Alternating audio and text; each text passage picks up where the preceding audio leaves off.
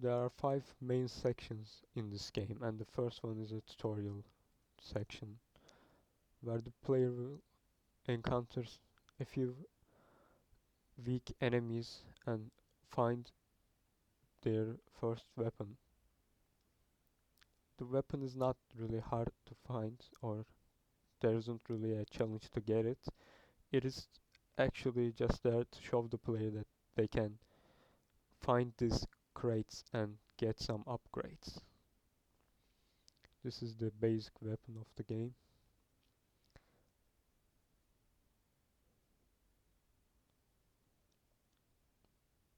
So once you get this weapon, you can start fighting. Though they look strong, these enemies are not really that hard to kill. Here's the overview of the tutorial section. And as you can see, there is a big dragon and a giant mountain right after you get out of the tutorial section. It is actually intentional, so the first thing the player sees would be this. There's a reason for that. I'll get to it in a second.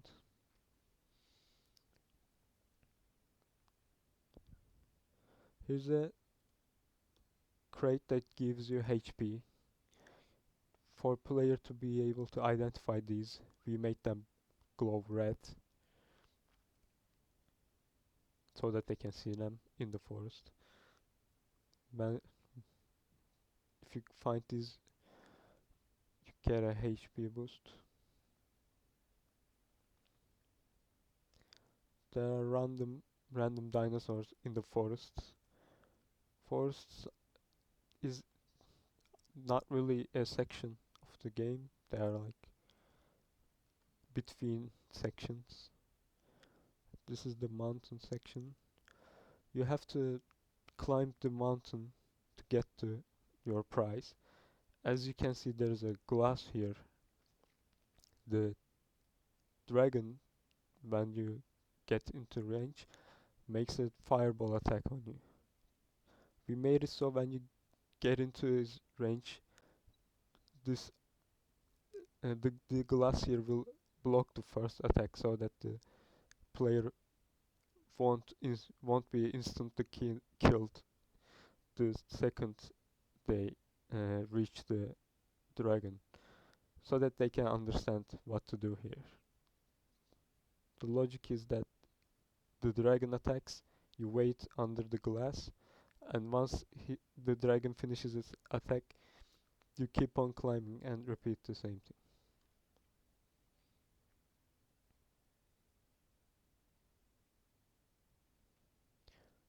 The g- green glowing crate here is the second weapon of the game, which is really strong against hordes. It's important that you get this before going into other sections, otherwise it will be hard for you to survive. These are the giant spider sections, and you can see another crate here. The Right now this place doesn't really look dark, but in game it looks really dark, so we put some point lights on spiders so that the player can see them. And here's a boss spider.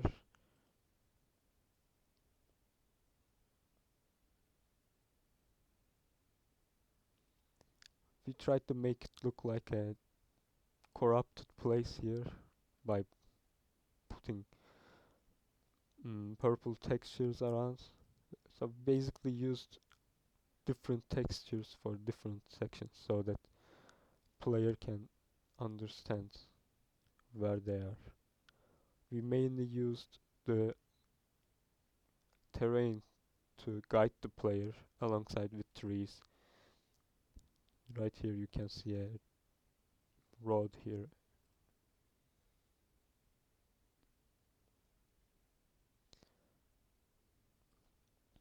This is the swamp section.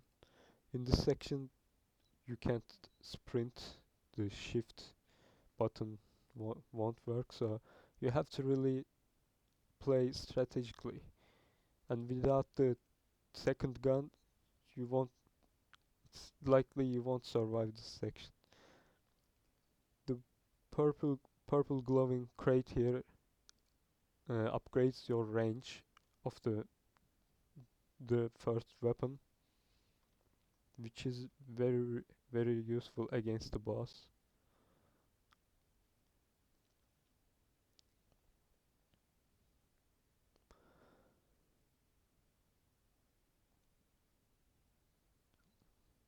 This is the gate to boss. Once you open it, you can't really open it again. You have to kill the boss. And the thing is, you don't have to get any crates or kill any enemy up to this point to get to this part. Get fight the boss basically. But to do so, to win the fight, you have to actually upgrade your character. So we made it that each section has some connection between them. So the once you complete the mountain section, you can actually complete the other sections. So they are integrated into each other. This is the boss section. The lava here is cosmetic, doesn't really damage the player or the boss, but the columns are for you to hide behind them. The boss has both ranged and melee attacks, and the columns will actually be destroyed after a few attacks. So you really have to keep moving while attacking the boss.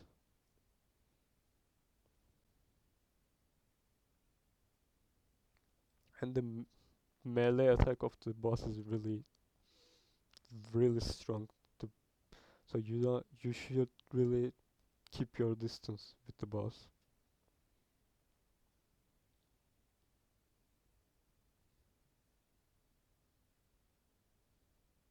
And this is the overview of the map. The sections are quite identifiable when you see it like this.